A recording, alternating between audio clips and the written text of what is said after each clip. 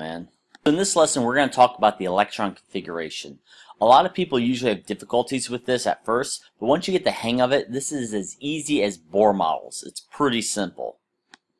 What the electron configuration is it tells you exactly where electrons are located in sublevels. Now, these sublevels or orbitals are broken into 4 different categories. You have the S's, which are located here in the alkali metals and alkaline earth metals, although you do have to be very careful because even though helium is way over here, a lot of times it's written in this little boxed in area because helium is an S. It is an S, so it's very important to remember. Even though it's listed way over here near the P's, which we'll get to here in a second, helium is actually an S and sometimes is written right in here. So again, the first sublevel you have, or orbital, are the S's. Then you have the P's, and those are the 2 we'll talk about in this video. We'll talk about S's and P's specifically. Then the transition metals are known as the d orbitals, and we'll get to those in the next video. And then way down here are the F's, which we'll get to in about 2 videos from now. So again, we're just going to show you how to figure out the electron configuration for elements. So for example, let's say I want to do the electron configuration for hydrogen.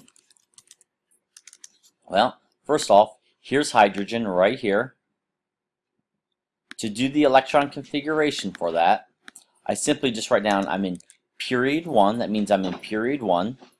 I'm into the S's, and then how far into the S's did I go? Well, I only went 1 place into the S's.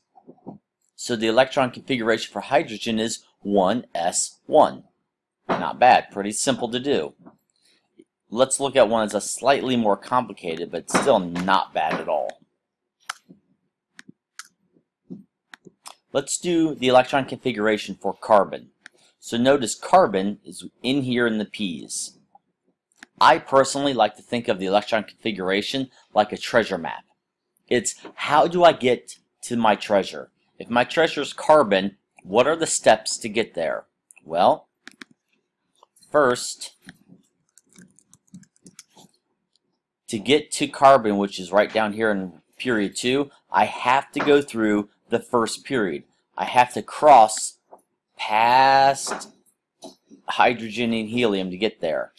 So to show that, I just write 1s, and then because I went through both elements, I put a little 2 here. 1s2. Kind of looks like 1s squared if I can actually write it.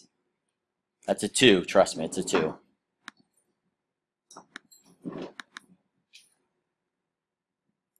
Then, once I've gotten through the first period, now I'm into the second period. So I'm in 2s. Did I cross through both of these S's to get to this P? Yes, I went through both. This is lithium and beryllium. In order to carbon, I have to pass through hydrogen. I have to pass through helium, which is the 1s2. I have to pass through lithium and beryllium both. So that's my 2s2. So I'm going to put a 2 right here. It's very hard to write with this thing. I'm not on the smartboard. That's a 2, by the way. It's a 2. And now I'm into the P's finally. So I write 2p, and then how far into the P's is carbon? It's a 2, which, ugh, I hate writing these 2's. I can never do it right. Okay, that's a huge 2, but it should not be that large. Should not be that large. But carbon's electron configuration is 1s2, 2s2, 2p2. Now, this is known as the horizontal style of writing it. It's kind of the new way most people write them nowadays. I used to write them what's known as the vertical style, which I'll show you here. The vertical style looks like this. I'm actually going to write it down here. I'm going to zoom out so I can actually get to my superscript button. I'll write it here. Actually, I don't even know if I'll just do it like this from now on. The way I used to write carbon would be like this. I'm going to write it down here, actually. Carbon. Then I would do 1s2. Whoop, don't go away. There we go. And then, instead of writing, then I'll go right below it and write 2. Oops, 2s 2 P, whoops, I thought I got rid of that. There you go. P2. So this is known as the vertical style. I'm going to put them next to each other here. And in fact, while I'm here, I'm going to fix these. I'll do that for you guys. Let me just fix this stuff. I'm going to put them in so they actually look a lot neater. There we go. Copy. Paste. Copy.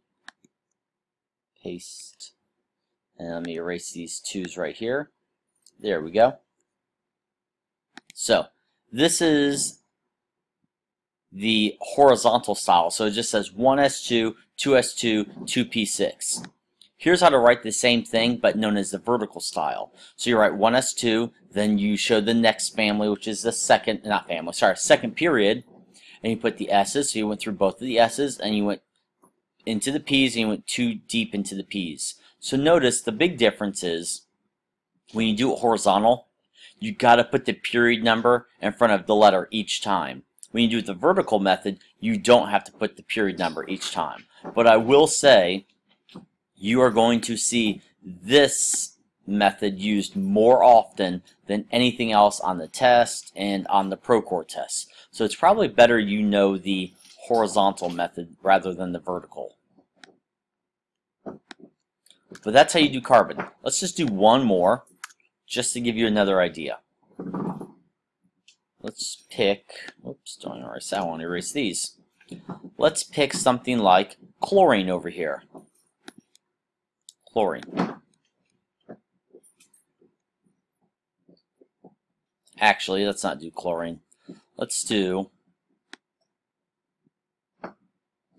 be crazy and let's do potassium. Let's do potassium right down here. So to do potassium,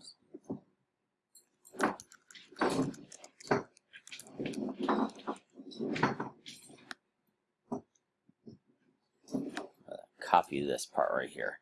It'll make what I do next a lot easier. Copy. Okay. To get potassium, here is the goal. Now let me zoom up.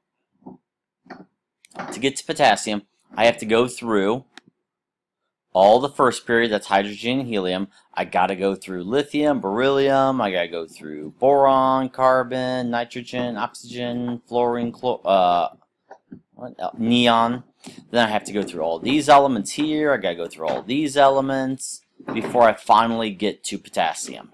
So how do I write that? Well, again, I had to go through the first period, so that's 1s2.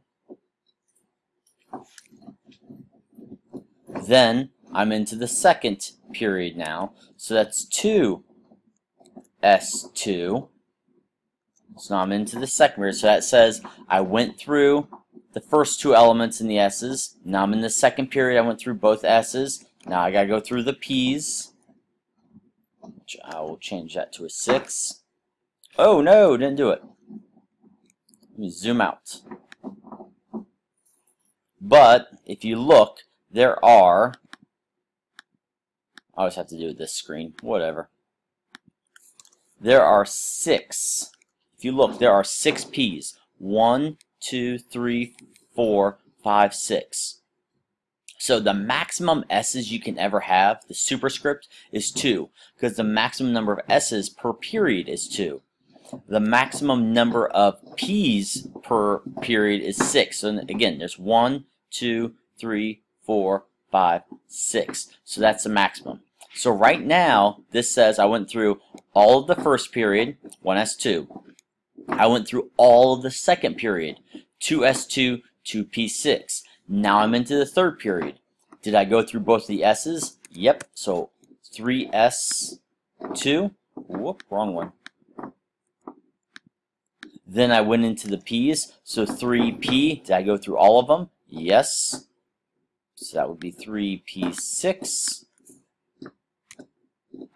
And then finally, I am in the fourth period, which is where potassium is. So I'll be 4s, And how far into the S's did I go to get to potassium? Well, potassium is the very, very first one, so 4S1.